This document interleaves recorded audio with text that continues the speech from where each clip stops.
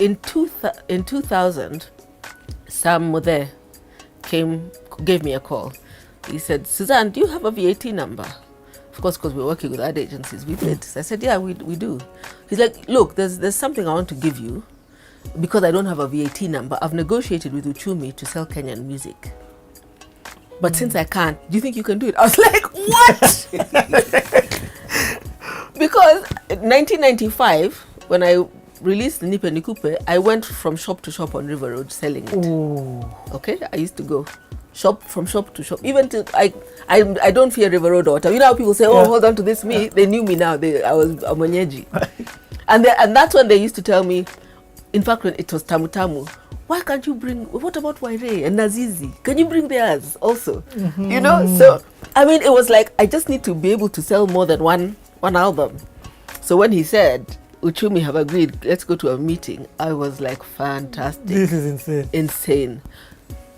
In 95, when I sold Nipe Nikupe, Mr. Shah of Uchumi, at that time, I went to see him. My mom was a director. And he said, look, I can't give you space in the shelves, but what I'll allow you to do is sell in the car park or whatever of the Uchumis. So we recruited salespeople. My sister trained them here in the hall. Okay, for about 2 weeks, sales techniques, whatever, and we stationed them. What? In the Uchumis. So how was the sales going? We sold about 7,000, which your platinum. The last one we had sold, we hadn't sold 700. What? Yeah, but you know, just trying out. How do we get this music to people? Okay. This is. And the other thing is, our music was not AB. Eh? Yes.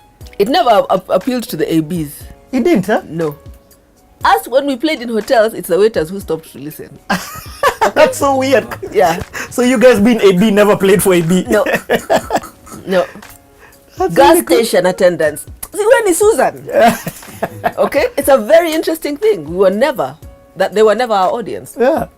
Yeah. That's actually very interesting. So now you get into Uchumi. So, yeah, and then that time, Shah of Nakumat, old man Shah, who used to sit at Nakumat Mega in a kiosk at the door. Yeah.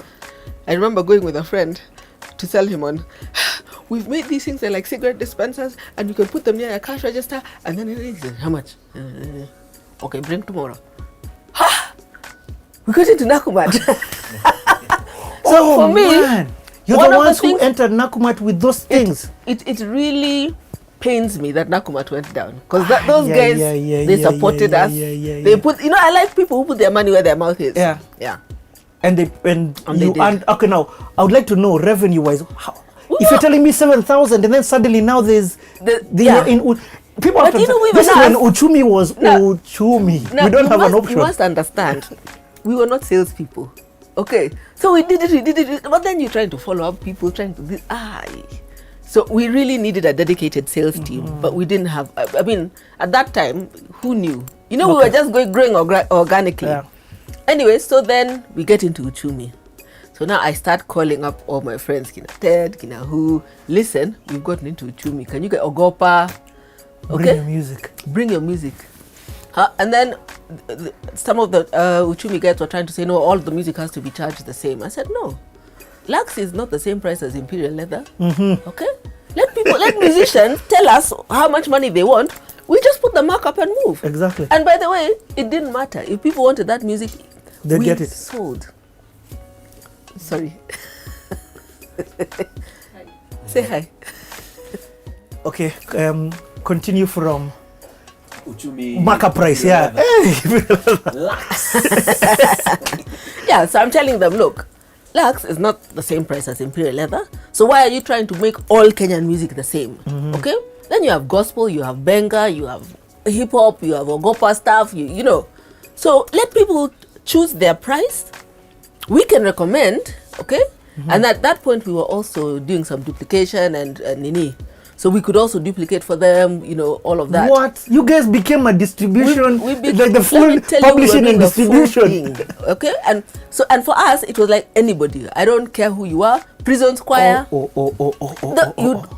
Prison Squire were one of our highest selling albums. The Mushrooms, were they till today? The Mushrooms is like an evergreen. It just goes. Ogopa, amazing. Kayamba Africa, whoever it was. Diomisiani. Let me just say this, because that meant, no, for real, when I say you guys were you're like the first distribution company, because it meant, I mean, of course, there's a River Road as well, but every CD that sold, you had your own slight markup as well. Yeah. So it didn't matter who was selling. Yeah. You guys were getting your revenue. Exactly. And your place and we're getting their of course, Uchumi also get their revenue. We built stands, we did whatever. You even did duplication, so I could come with a master and then... Yes. And you know it's hot, so you'd plus... No, we charge you whatever, but we charge you a good price. What? Yeah. Those are good days. You must have made some good looks. The first 3 months, we made more than we had ever made in advertising in 6 months. From sales, CD sales. And that was our profit. That's after. We used to give people polite checks, 60K here, 100K there, 15K here, 20K there. Polite checks. That is insane. Until somebody at Uchumi saw that nini and froze us. What do you mean? They refused to order anymore. And even though the shelves were empty. So we tried to ask what... You're getting your money? What's informing this? In the end, the only thing I could conclude was that somebody wanted a kickback, but nobody asked. That's the only thing I could conclude. Yeah. And then from there, they couldn't pay us. That's when they went into their first slum. 2004, I think, or 6. So, but I mean, we got back, but it was not the same. It wasn't the same. We had lost a bit of the momentum. But now at least you had shifted into the Nakumats. No, Nakumat then. That was 95. We didn't 95. Yeah. Nakumat was given to a lady called Rachel. So we used to take South our Africa. stuff to her. No, okay. Rachel. Okay. Yeah, South Africa also had theirs, but theirs was separate. Rachel is one who used to take anybody. Yeah. I get. Yeah. Yeah. But you were in the Uchumi. Well, that was a heyday. That was a heyday. Yeah. You know why I love hearing you saying this is because we always, at that time, people say, "Oh, does music really sell?" Your proof, it did. Is people wanted Kenyan music? Yeah. Kenyan music. Yeah. You're talking 95. Yeah. Yo, that's 2000. That was 2000. Sorry, 2000. No, even 95 when we were outside. It was still. It was selling. Okay. It was selling. Whew, okay. We've jumped a bit, but it's okay. I like the way the story is flowing. But let me go back to 95. Okay. The other thing we started at the time with Juju, Vivian. Juju being your sister? Yeah, Vivian, Carol, and myself was Beats of the Season. You're joking. What? The first Beats of the Season was here at Harlequin's grounds. Yeah. And it was Carol's idea. She's like, look, we were all young mothers then, whatever. She's like, there's nowhere to take children out, sit out in the park, safe in Nairobi, and people can everybody has something for them, some face painting, a nice bar for the dads, so a bit of music on a stage. So we said, okay, let's try and do it. So we got together, we got a small bit of sponsorship. I'm wondering who it was from. BAT? No. I'm trying to think who it was. Was it Mnet who gave us a little bit of money? Anyway, so we held Beats of the Season. Okay? We were called Tafrija Entertainment. The first Beats of the Season. So it starts at 11. We had a bit of gospel, a few young to people who are not known. Upcoming. Rough tone. Yeah. He wasn't even. He must have been in high school. So we then have, of course, we perform. I think Hardstone performed, Mercy Myra performed. I can't remember who else. A couple of other people performed. And people are saying, we had about 4,000 people that first 4,000? 4,000 people. We sold, we finished Taskamalt in Nairobi. Taskamalt was launched at Beats of the Season. And they couldn't believe it. The next time they sponsored us, of course. They gave us sponsorship. Yeah. And of course, safe. We had security, whatever. We had the best sound. We had, because of course we all knew the sound. The festival. Let's call it what it was. It was a festival. Yeah. People couldn't believe it. People could not believe they could hang and have such a good time with their families.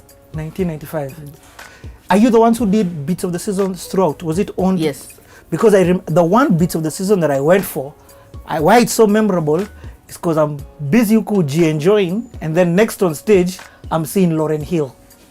No, that wasn't Lauryn Hill. That wasn't ours. That wasn't Beats of the Season. That wasn't Beats. Oh, it was after Fladiz. It was Fladiz. Yeah, it was but Fladiz, yeah, it was, okay. But still, Beats of the Season was still colossal. Yeah. For that time. When they first saw Mercy on stage, people were saying that that band can't be Kenyan.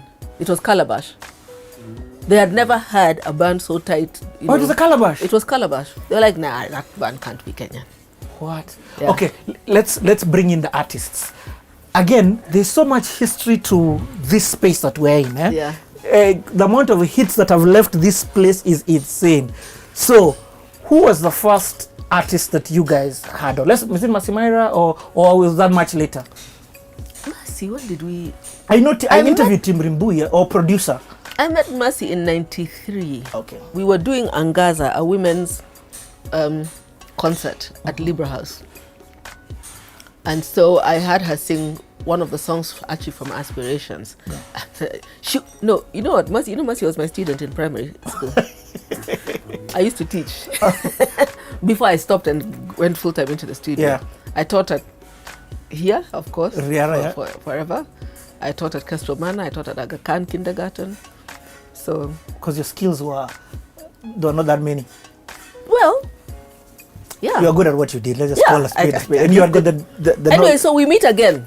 Let's take it from Mercy. So, tell us about how you started working with Mercy. Mercy Myra, by the way, ladies and gentlemen. Mercy Myra. Actually, Bruce brought Mercy to Star Search. Okay, we haven't spoken about Star Search. Yeah. Okay, let's start from Star Search. Simba Saloon Star Search. Yes. That's it, yes. Now, when we came back from America,